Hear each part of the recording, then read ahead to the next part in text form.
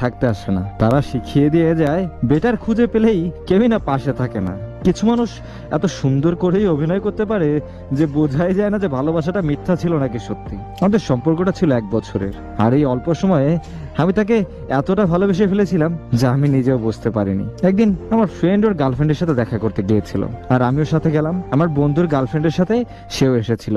মেয়েটিকে দেখার জন্য ওর স্কুলের সামনে দাঁড়ায় থাকতাম। আমার এই পাগলামিগুলো দেখে এক পর্যায়ে মেয়েটিও রিলেশনে যেতে রাজি হলো। ওর মোবাইল ছিল না, বাসার মোবাইল থেকে কথা বলতাম, কথা বলতে অনেক সমস্যা হতো, এই জন্য আমি একটা মোবাইল কিনে দিই। ওর সাথে কথা বলতে নিজের মধ্যে অন্যরকম ভালো লাগা কাজ করতো, কথা না বলে থাকতেই পারতাম না। আমাদের মধ্যে কিছু না কিছু নিয়ে ঝগড়া হলে আমি আগে সরি বলে মিটাই নিতাম, কারণ ওর সাথে আমি কথা না বলে থাকতে পারতাম না।